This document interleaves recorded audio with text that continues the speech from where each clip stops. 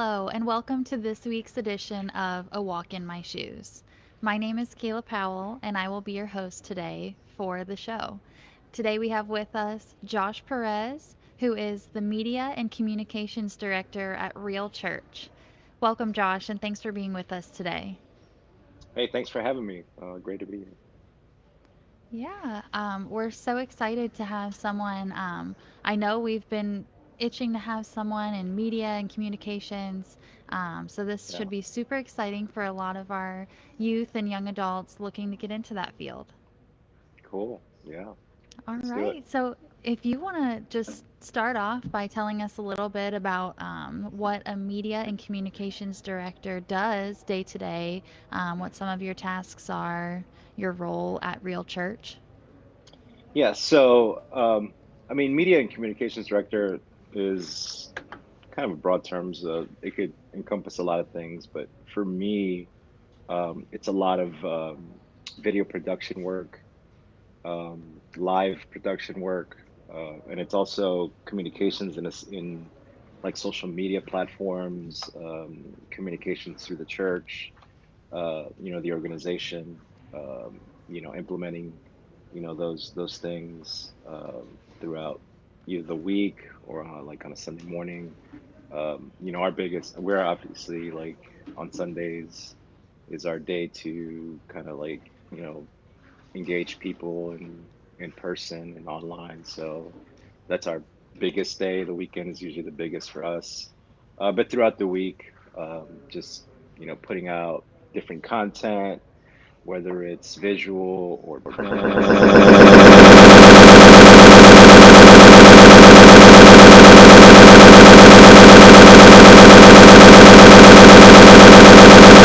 to a broader audience as well.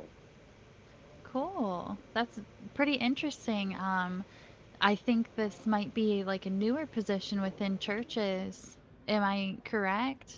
To have like a Um, media and communications? I wouldn't say newer. I think the it's more defined. Probably I would say that. I think it's always been there. It's just typically it's one person that does like 10 different things, and that's just kind of thrown into that as well. Gotcha. Everything they have to do, but a specific designated person, I think, is probably a more recent development for churches, Okay. especially within the last year. With just the whole COVID thing, and Right. yeah. So I would say just a dedicated person for that is probably more of a recent development. Gotcha. Okay. So you said you use different social media platforms. Do you have a Mhm. few that you use that are the most successful? Do you find ones that aren't as successful? How do you target your crowd?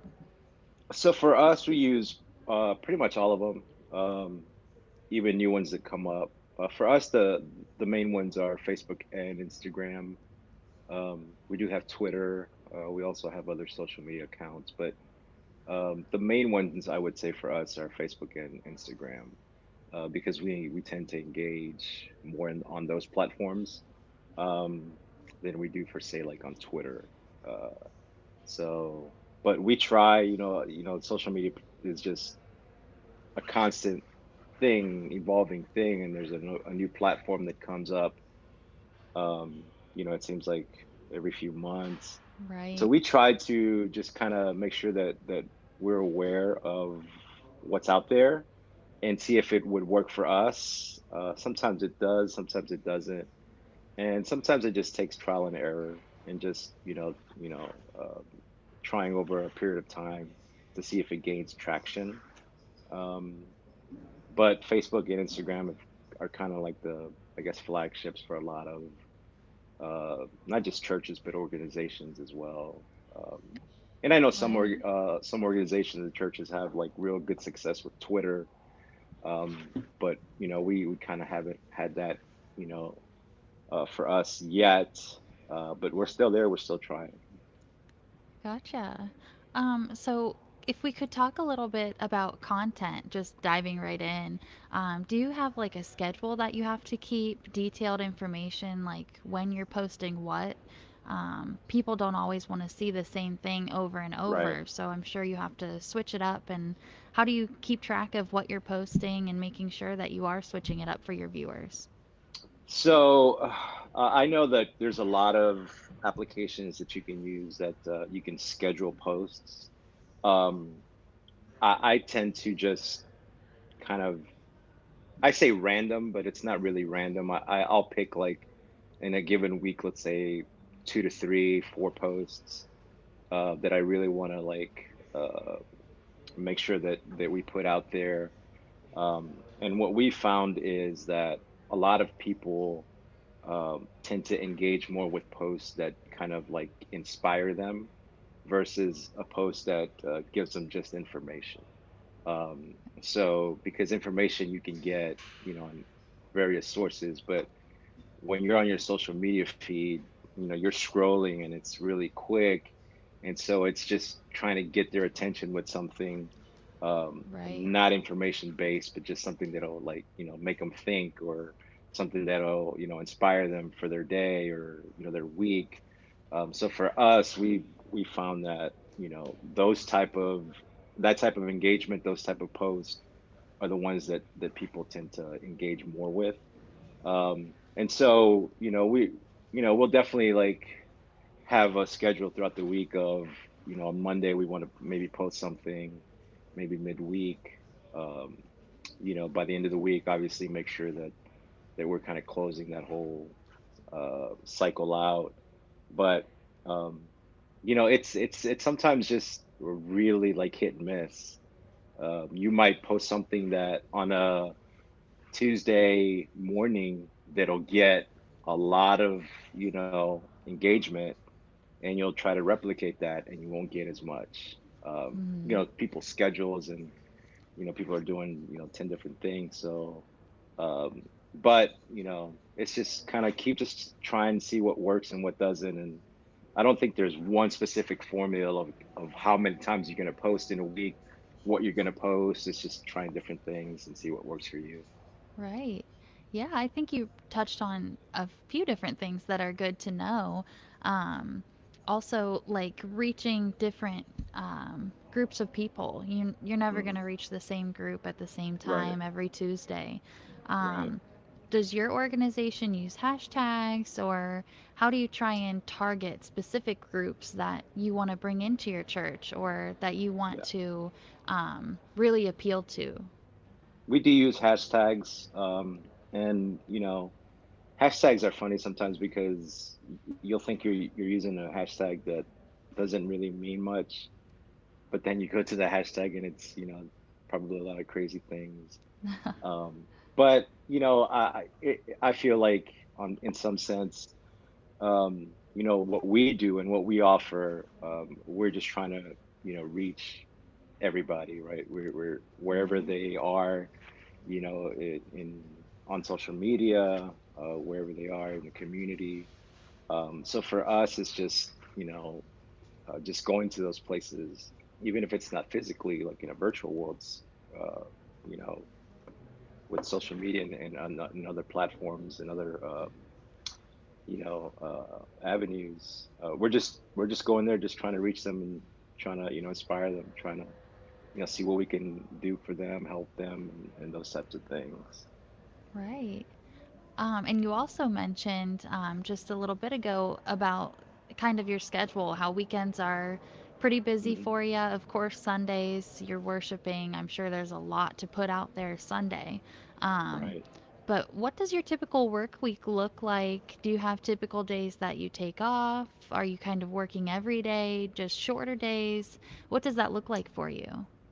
For me, I'm usually working every day. I don't tend to take a day off, um, like just a whole day where I'm not doing anything unless, I really need to because I need to do something with the family or something like that. But I'm typically doing something every day. So throughout the week, my schedule consists of just making sure like we take our Sunday message, we're putting that together in a video and audio podcast form, working on social media, working on, live presentation.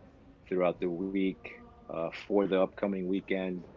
Um, and obviously just um, team meetings, those types of things. So I mean, it's Gotcha. pretty busy. So yeah, and for what I do, it it's not like necessarily like a 9 to 5 type of a thing.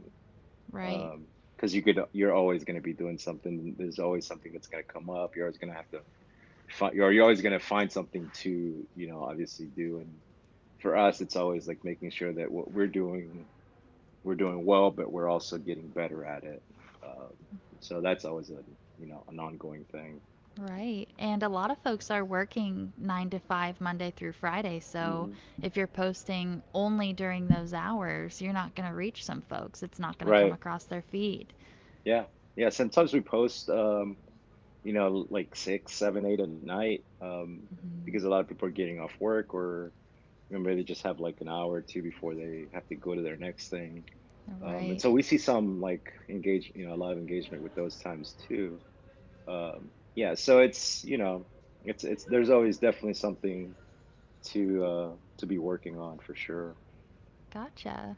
Um, so do you go into the church to do your job? I'm assuming you go there on weekends, of course, but maybe Yeah. throughout the week, are you more working from home? Do you go into the church? Is it a good mix of both?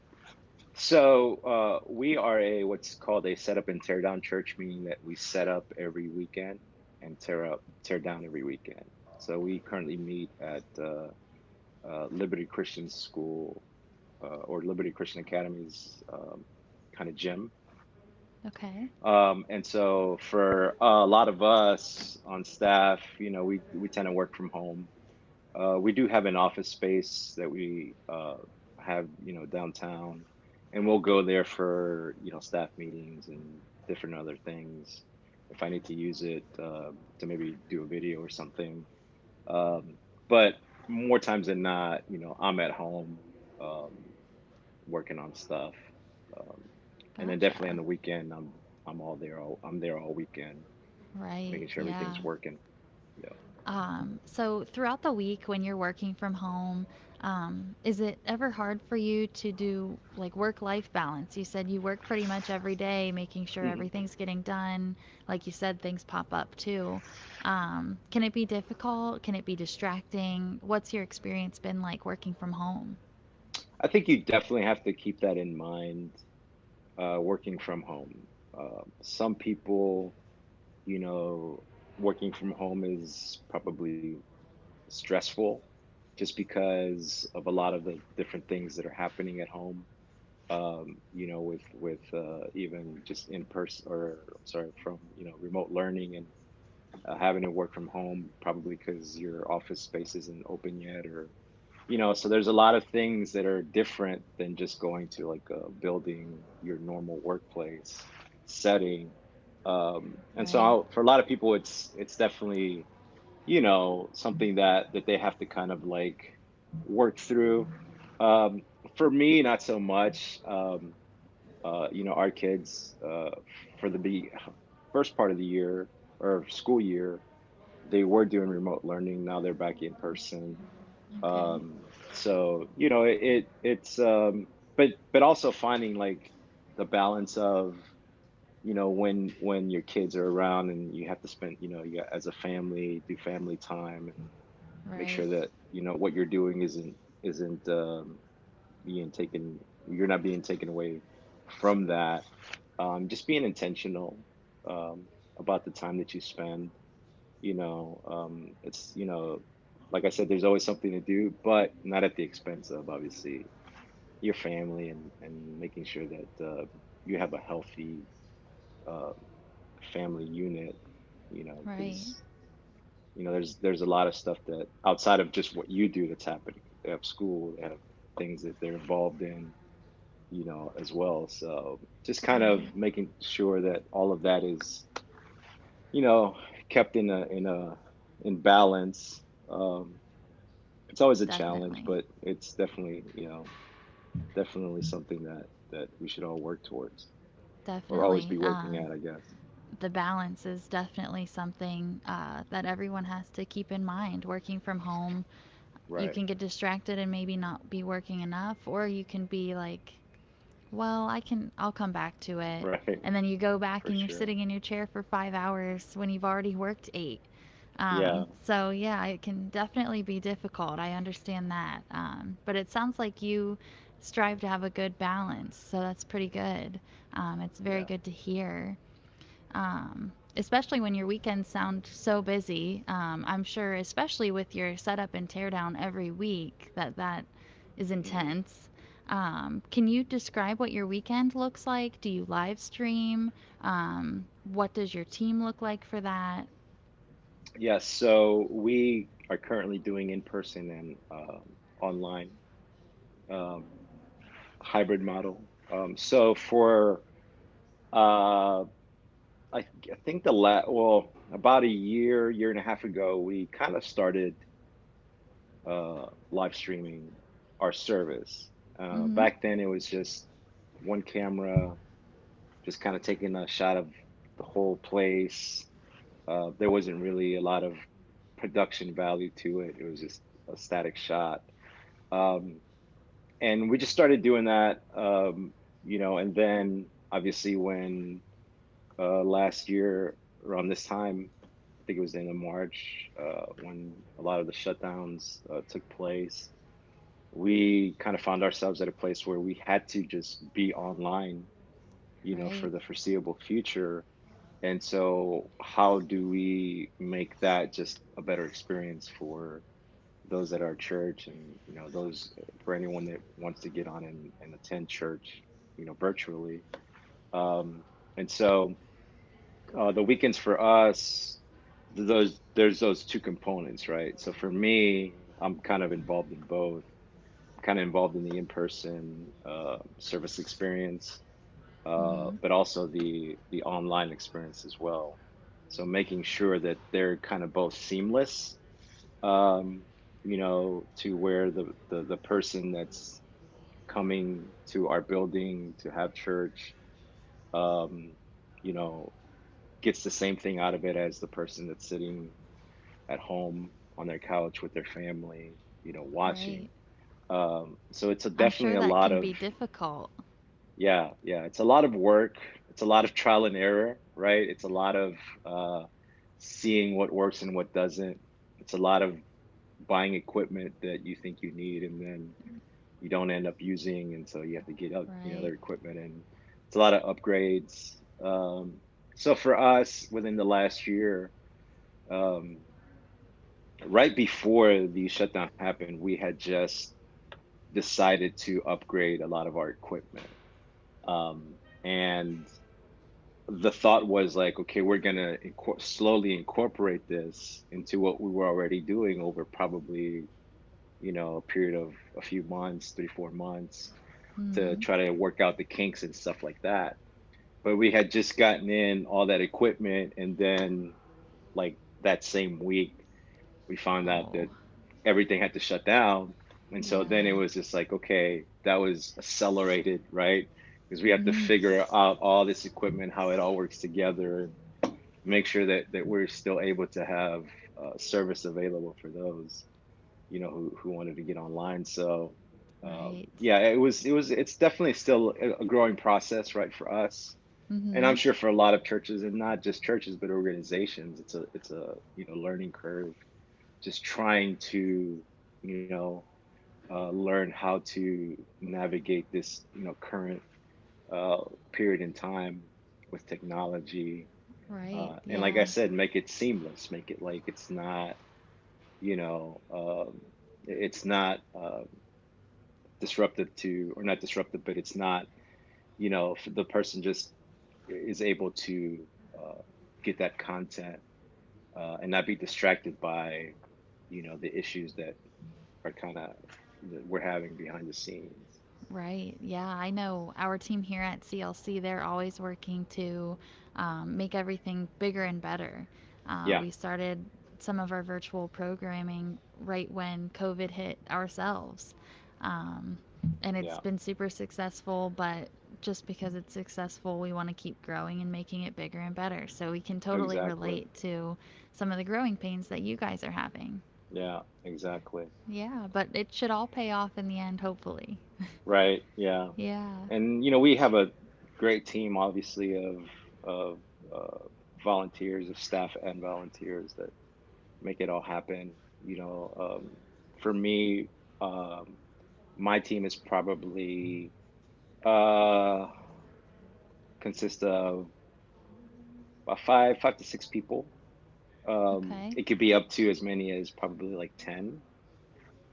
Which before all of this, you probably could have gotten away with one or two, probably just one Wow. person, right? That's kind of how we were operating. We would just one person would be in charge of just that one camera and making sure that you could hear it, and that's all. Mhm. You just turn it on and turn it off at the end. But now there's so much production that goes into it. Right. Multiple cameras, multiple platforms and things like that. That it's definitely grown. Like I said, you could easily use up 10 people in what you do. Yeah. Um, so for us, it's training also, making sure everybody's on the same page.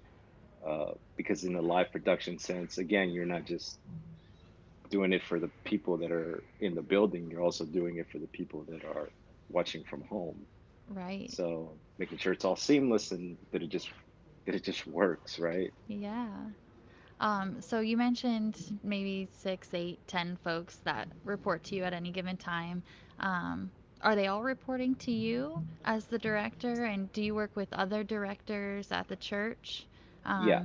as like a management team? Yeah, so the video production team would report to me.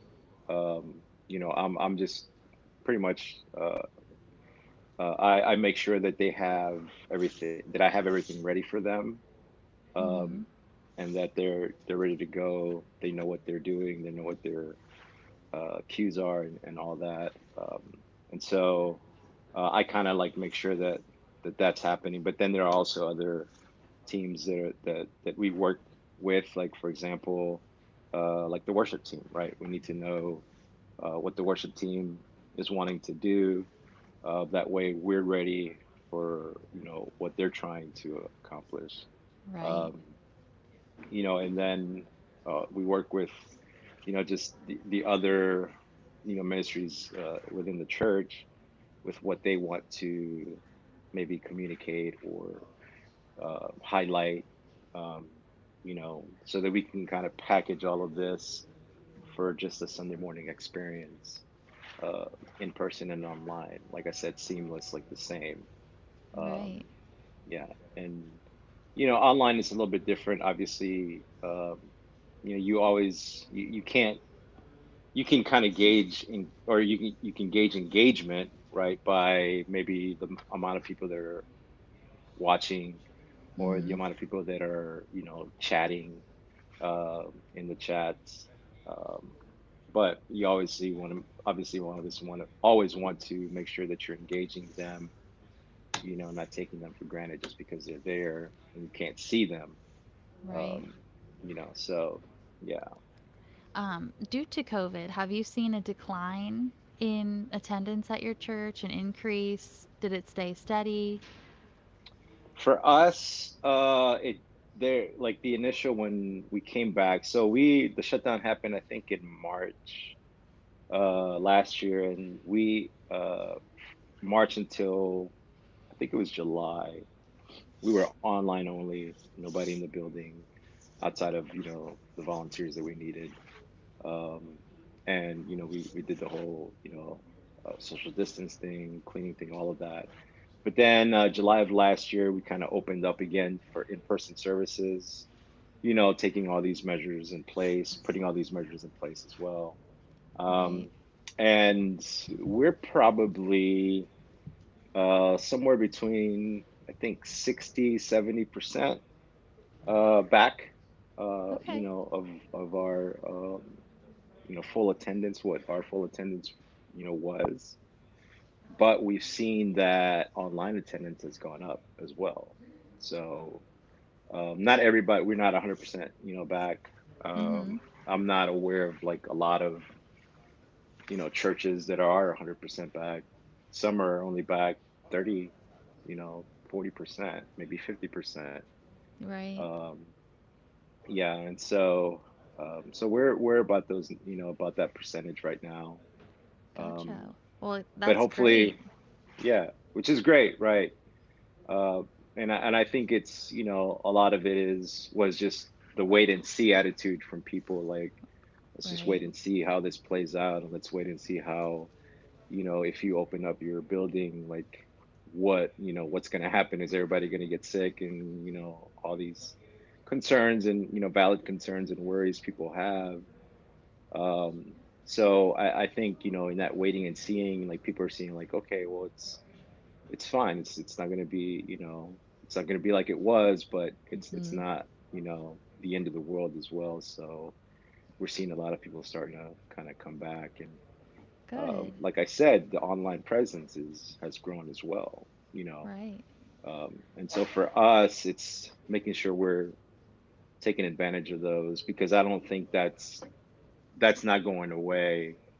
You know, I don't think really ever, but definitely not anytime soon. Right.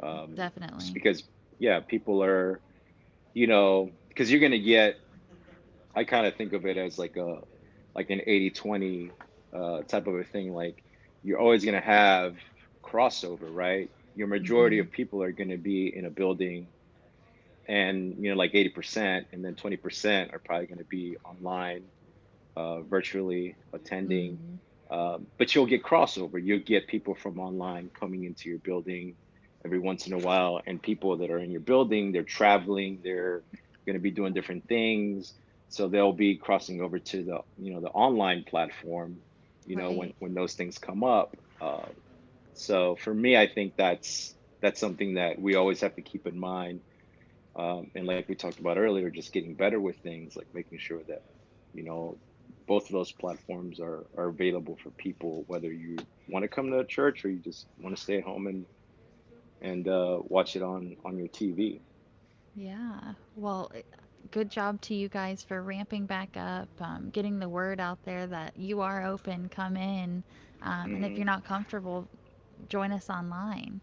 Right. So, congratulations to you guys. I hope you continue to ramp up. Um, and you also mentioned volunteers and your small team.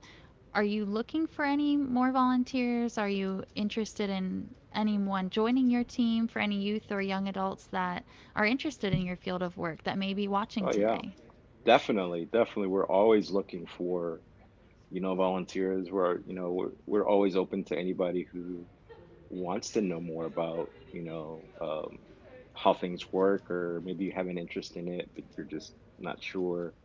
you know that's kind of what we're there for, right? We're there to help Right. people, you know not just in like a spiritual journey, but also in a gift or an ability that they might have, um, let's say for production, or for anything else that we do.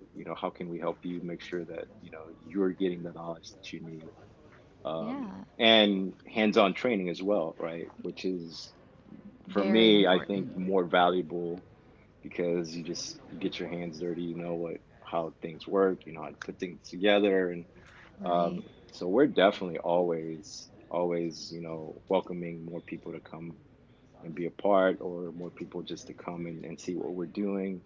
Not that we have all the answers, right? Not that we're the best at it, but we definitely like to share the knowledge that we've gained, uh, through trial and error, right? So Mm-hmm. that other people don't have to make those same mistakes, Right. um, Yeah, that we that's did. awesome.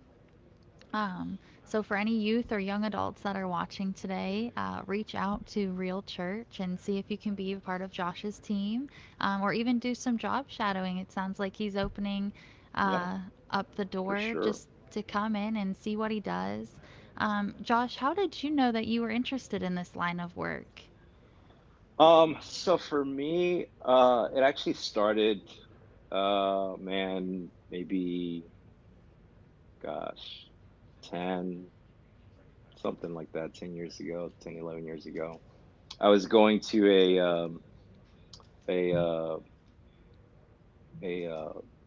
it's not an audition. I want to say audition, but it wasn't an audition. It was talent. It's not even a talent show, but it's kind of like a talent show. This was in Atlanta, and I was going with a friend of mine. Um, it was a showcase. That's what it is. Sorry. Okay. So a showcase, and where different bands would come in and do their songs, or artists would come in and play. Um, and there was a panel of judges that would kind of like just critique them and give them their feedback. Industry people, that type of thing. And so we were going there, and he had a camera. He had a Nikon D5000, I believe it was. And he never really used it, and so I said like, hey, let's just bring that along. And he's like, sure, if you want. And up to that point, I never really had done any type of, production, nothing. But I've always been like intrigued by it, right? I've always like liked it. Growing up, I just loved watching movies and great storylines, but more than the storylines were just like the shots, the production value to it. Right. And so, on that trip, I just brought that camera, and I started like uh, just taking pictures because there was nobody there taking anything, like no pictures, no video, no nothing. Wow. And this camera could do both. You could take pictures and do video. And so I just started taking pictures. I started doing some video. And for me, that's kind of like how like it started. Like I just started, learning about it, started learning about, you know, aperture, white balance, like everything that's involved in it. Started learning about editing, all of that, just kind of on my own. Okay. Um, and so throughout, just all these years, I've just kind of like, uh, just got knowledge through a lot of, YouTube videos, a lot of, you know, resources, a lot of, searching the web, like how do you do this? How do you do that? And I mean, I'm telling you, like nowadays, you can get any type of information you want to help you do, what you're interested in. There's just a wealth of like knowledge out there that people Right. can, access freely. Um, so yeah, so that's kind of how I got into it. Before that, I had kind of done, little things here and there. Um, but yeah, that was the starting point for me. And so since Gotcha. then, I've done, different things, different projects, freelance stuff. I've done some like, you know, music videos, done some videos, production Wow. videos, all this stuff. So it's kind of evolved, through that time. Right. Um, yeah, So it so sounds like you've taught yourself basically everything you know about the industry. You would research yeah, things on your own, trial and yeah, error. And like you said, working with your hands, seeing what works and what doesn't, sometimes right. that can be the best training. Yeah, So, yeah. any youth and young adults that are watching today, would you recommend any certain training for them Oh, that you've definitely. encountered? Yeah, definitely. I think it's great to, go through some type of schooling or training. There's definitely, different courses you could take online. You can, get certificates for any type of video production work or, editing work or anything like that. Um, Right, but for me, that's just I've never gone to school in a sense for anything that I do. I've just kind of picked this thing up like on my own, learning as I go. Like I said, like a lot of trial and a lot of error, right? Like a lot of mistakes, and like, oh, I guess we won't do that again, next right, time. So yeah, but definitely, I would say like if this is a field that you're interested in, um, you know, start there. Start like, well, what courses are being offered, maybe at your local community college or right. online, places you can find. that offer, training, and get a certificate at the end. That's always Yeah. definitely very helpful. But you know, um, just because you don't have that, or maybe have uh, the means for it, the funds for it, doesn't mean you still can't do it. Like there's, like I said, a whole bunch of, information out there, you know, accessible, free to anybody who's interested and there's definitely people who want to show you, right? Right. And I think that's something that I've seen, that a lot of people, the mistakes they make, they want to let you know those mistakes, that way you don't make them, you know. So it's just kind of giving back, right? for Right. for for what you've taken in, what you've learned. Yeah. um, yeah. So it sounds like you're pretty an independent person. You took it upon yourself to learn some of the skills on your own, read up on some things that you needed more knowledge on. Are those some qualities that you would say someone in this line of work need to have? You need to be independent. You need to be able to work with your hands and see what's working, what's not, Yeah, analyze, and what other qualities would you say go into this line of work? I would say for sure that, but then I would also add definitely a genuine, like, love for it, uh, a genuine, like, this is something that you're really, like, passionate about, interested in, because it's not easy. Depending on what you do production wise, for example, editing itself is very challenging because it takes a long time. Right, So, if you're a person that can't sit for 3, 4, 5, 6 hours, just editing, one piece of video, that it might not be something that's going to work for you. Uh, but I've found that people that spend that amount of times because they truly, like, enjoy it, right?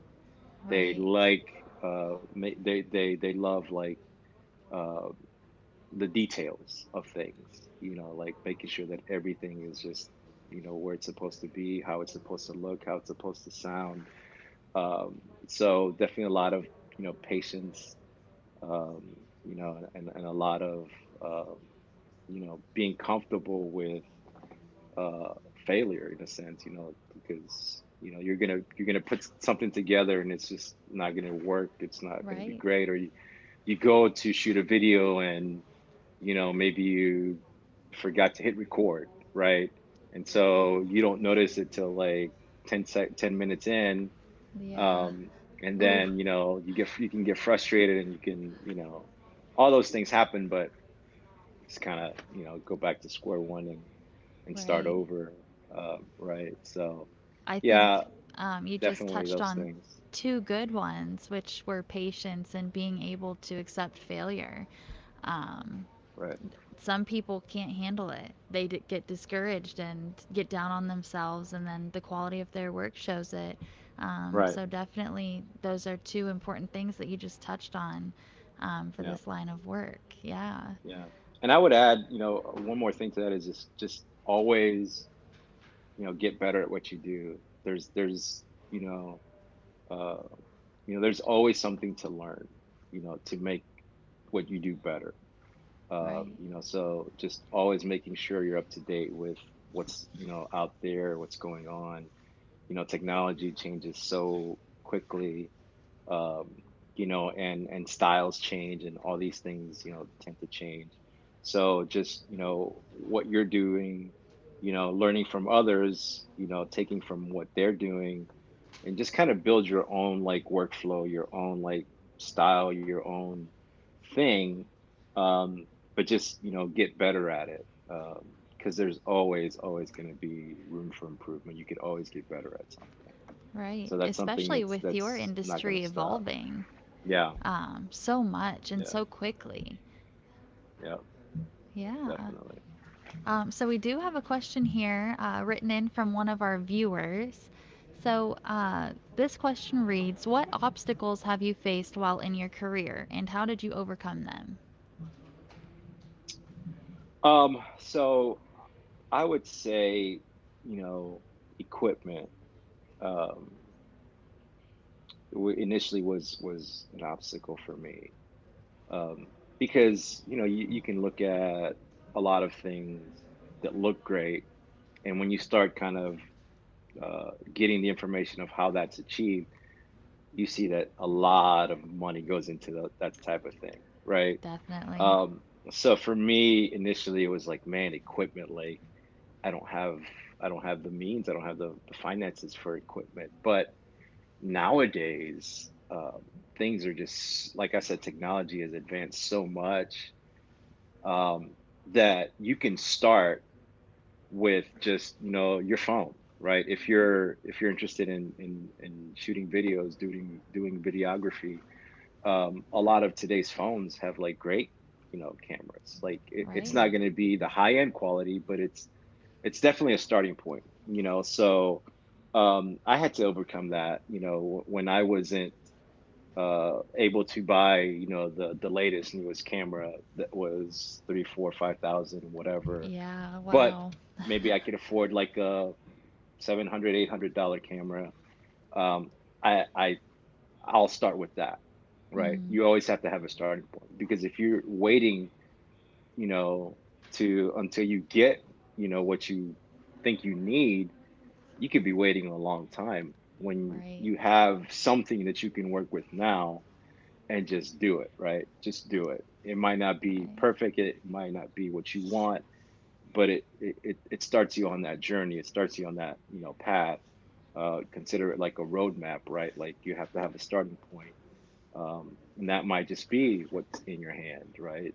Mm-hmm. That might just be a camcorder that you can get used for $200 or $100, whatever. Um, and you start developing your skill. You start developing, like I said, your taste, your style, all that. So when you get to that point, a lot of the legwork's already been done. You're just adding a newer piece of equipment. So yeah, for me, it was overcoming the obstacle of, man, like how do I get that like real nice image, but I don't Right. have that money. But let me start with what I do have. Let me get better at those things, other things that it takes to get that good image. And then when I do have that camera, then it's just an easy transition, right? Right. um, so yeah, just start where with what you have, with where you are. I think that's definitely some good advice for our youth and young adults who might just be starting out on their own and don't have thousands of dollars saved up. And if they Hmm. do, it's going towards rent or their car Right. payment. So, definitely some good advice for them. I have another question here for you, Josh, and it would Okay. be if you can describe yourself with one word, what would it be and why? That's an easy one. I would say quiet. Okay. Um, because I'm like I'm talking now, but I talk because I'm usually uh it's just an interview, or it's something like I have to talk, right? But Right. um but more times than not, I'm just quiet. Like everybody that knows me, it's like, oh, he's just quiet, he just doesn't say much. So that describes me, right? I'm just quiet. I wouldn't have I'm guessed from the Yeah. interview. You've Right. been doing awesome, giving some great advice to our viewers. I Yeah. wouldn't have guessed at all. Yeah. So I would, people would consider me like, what, an introvert or something like that. And a lot of people think introverts are just like, they don't do or say nothing. It's not that it's that. It's, I think, we tend to like only talk, if you will, or, like really expressive, about things that are kind of interesting to us, right? So I could talk about this stuff like all day long. Um, but if we're just talking about like, something that's probably not as interesting to me, probably not Right. as like vocal. Um, yeah, but Well, it shows your passion for what you're doing. You're able to talk yeah, about it, even though you might consider yourself quiet. You love talking about your work and what you do because you're proud of it. yeah, yeah, for Yeah. sure. Definitely. Um, all right. Well, I think that about wraps us up for today. So we want to thank Cool. everybody that tuned in to A Walk in My Shoes to listen to Josh. Josh, do you have any last piece of advice or words of wisdom for our youth and young adults that are watching today? Yeah, I would just say, man, take advantage of your youth, right? I mean, uh, you know, you're young, uh, you have a lot of opportunity out there available to you. You know, it's not that you can't do things later in life, but while you're young, you can do so much, right? You can learn so much. They can set you up for your later years. Um, so, I think we live in a culture where, it's just, what can, I get and what can I do for me and all this stuff. And Right. I believe there's purpose to our life, right? So it's not so much just like all about us and like about me, what can I do for me, but along with that, like what how can I help others? And taking advantage of your youth plays into that, like just what do you want to do in life, making sure you know what that is, and you work at it, and then there's purpose in that, and you do it for yourself, but you do it for others, because what you create, if you're interested in let's say videography, photography, whatever, what you create, it is for the benefit of others, right? Like it's going to be for the benefit of others. So there's purpose in that. There's purpose in just the little details, learning about shutter speed, learning about ISO, learning about all these things that go into creating that final image or product that's going to be for the benefit of others, that's going to impact them. So take advantage of it while you're young. A lot of of you that are single and aren't tied down by a lot of responsibilities. Just take advantage of that, because once you get a family, once you get responsibilities, it's a little bit harder. It's not impossible, it's just a little bit more of a challenge. um so definitely don't waste your youth, right? Don't waste it Right. on just things that are not going to help you accomplish what you want, and set you up for your later years. Awesome. That was great advice for our youth watching today. And again, thank you, Josh, for joining us. It was Thank a you. pleasure to have you. Um, you gave some great advice throughout the entire show for our youth. And for anybody that's watching, if you are interested in this line of work in media and communications, it sounds like Real Church is open to having you job shadow and come check out what they're all about. Yes, So again, definitely. thank you, Josh. It was a pleasure to Thank have you you. guys. Yeah, And thanks for having me. thank you everybody for watching today. This has been a walk in my shoes, and we'll see you next week.